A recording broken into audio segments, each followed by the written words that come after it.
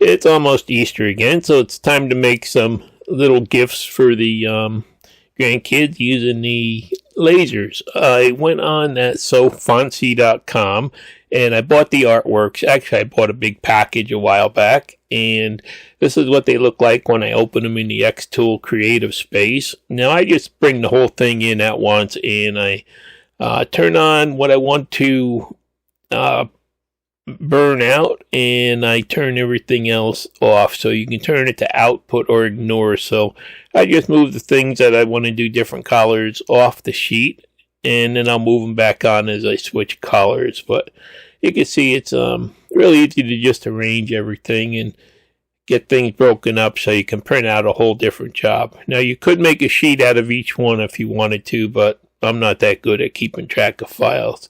So here's the first part I'm going to do. This is about an 8mm MDF that I'm using for the base of this unit.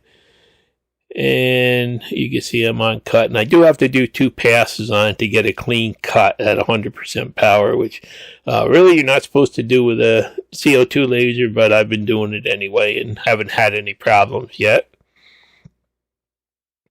So I got that all set up, and I'm going to just move it around to where I want it. And I'm using the Xtool P2 CO2 watt laser for this. And let's send, oops. And what happens is they've got this new warning when you set it on high power that it's going to, the chance you could start a fire. So they have a warning and a little stop thing there. So you have to click OK. So here we are cutting the first piece of MDF, and I realized that the file had been made with a lot of short segments, and I'm doing 2 passes, so you can see it's kind of going back and forth, doing the passes, little short sections at a time. And there's that exhaust adapter I made that's hooked up to the exhaust on this thing. And boy, I tell you what, absolutely 0 fumes out in the room anymore. That was a good thing to do. You might want to look back at that video if you have one of these. But there you can see it's burning, and smoke's getting, cleared out really quick, and just a lot of short segments, but I didn't join them all up, so, that's what you get. Still cuts good even with 2 passes like that. So there's the first backer board cut. And again, this MDF can be tough stuff to cut, but this laser just cuts it beautiful. So, I'm just using that for the backer board. And you can see a really nice clean cut. No problem. So I'm just going to go back and do 2 more. I decided to make 3 while I'm at it. These lasers, once you get the artwork worked out, you can make as many as you want. You can make 100 if you want. Just a matter of loading the pieces in and cutting them. So there's all the backers are done. Now I'm going to switch over and do some acrylic. And you can see there's a welcome that goes on the bottom of the sign. So I've got that all set up to cut on a piece of light yellow acrylic. Now, that's the thing about these CO2 lasers is if you're working with any lighter colored acrylics or white acrylic or clear, you can cut it beautiful with them. If you're using just black acrylic, I'll show you in a second, you can use the diode lasers. But, there it is, a nice light yellow, cut beautiful. And then I went back, and this is a light blue that, I can't cut with the diode, so it just comes out beautiful with the CO2. Really nice, clean cuts. Alright, so now I'm going to switch over to the S1 laser to show you. I'm going to set it up here, and this is the diode laser, 40 watt, and I'm going to cut some black acrylic with this. Now, first thing you have to do is just locate the material on it, but, Xtool Creative Space, you can just swap back and forth between the 2 different lasers if you have them, or 3 different lasers, whatever you've got. So I'm going to just set that up to cut 3 sets of those eyeballs.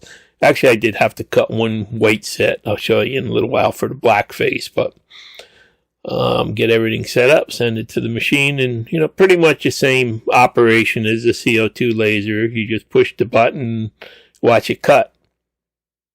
So there it is. You can see same thing with the acrylic on this. I did make an adapter and put a good exhaust fan on it, so it's all blowing outside. But acrylic you have to be really careful of, and you have to make sure you exhaust these fumes, because they can make you, very sick if they come leak out. And by redoing these adapters on the back and a big fan, I'm able to get rid of 100% of the fumes with them. So it makes it a lot safer. And again, it cuts right along, about the same speed as the CO2 when you're dealing with the black acrylic. And this one I also have the honeycomb on, and that's why I'm cutting these little patterns on it, because if I cut them on the CO2 laser, they fall between and they can get jammed and cause problems. So, with the honeycomb on this one, it's really makes it much more versatile. And I'll probably have to pick up one for the P2 someday, because they do have their uses, and the slots can cause problems with little stuff. But there's the little faces there, all cut and ready to go.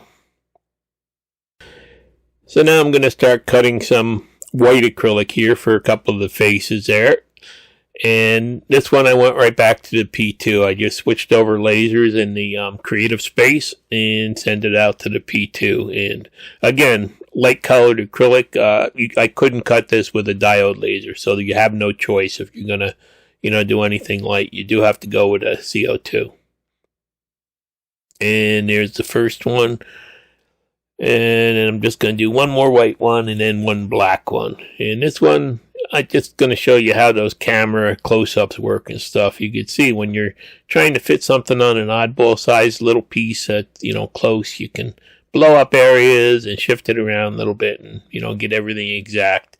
The big camera is pretty close, but the close-up function really helps when you're getting tight. And again, came out perfect, no problem. And then I'm just going to run one black one, and I'm running all the acrylic at the exact same speeds and settings. No problem, it all cuts perfect. And then just those little doodads that go on there, I'm going to, set them up and cut them now. Turn off the other stuff, turn these on and duplicate them ×3, and send them out to the P2. And again, this is a light colored purple that I can't cut with a diode laser, but it cuts beautiful. You can see nice, clean, and really good job on the CO2. And there you can see what I mean by the grid work, stuff falling between them and, getting jammed and stuff. That's why you really want a honeycomb available for either of them. And here they are, all the parts are cut out. Time to start painting up and putting them together. Now I got out my Crayola pens there. And oh yeah, I got this scraper sharpener set I've been playing with to get good sharp results with the scraper. If anybody's interested in a video about it, just let me know and I'll do one in the future. But anyhow, back to these, peeling off the paper takes a while, and time to, just kind of start getting the wood piece or MDF piece there all just painted up to look like wood a little bit. Now, I just use these little these paint crayons, and I basically went at these pieces. I scribbled like a 2-year-old with these crayons to come up with a pattern like that. So just drew a lot of crazy lines and then went back and filled in with different colors and shades of brown and some Sharpie and stuff to try to make it a little bit like wood. And I think it came out pretty decent. And that one there for the black one, I put a little bit of gray shades in it too. So, just kind of dressed it up a little bit and made it look sort of like old wood.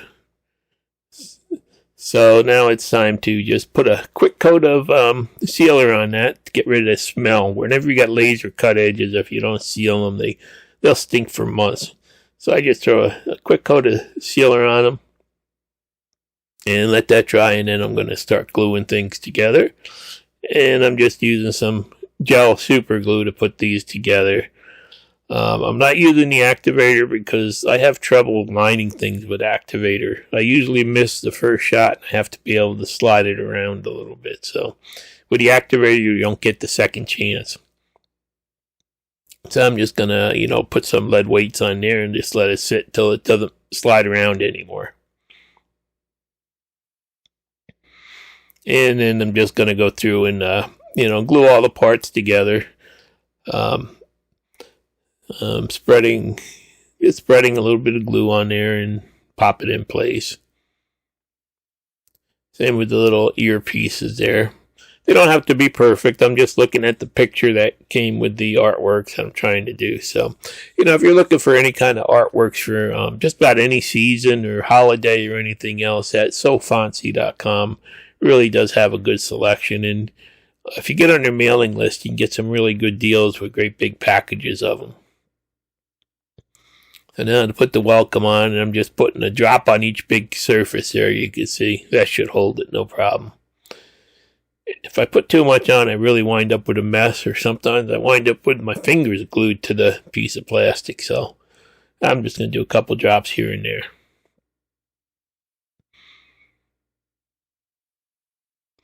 And then just flip it over and locate it as close as I can by eyeball, and good enough. So there they are, all glued together. It didn't take all that long to make them, and I think they're pretty nice little gifts here.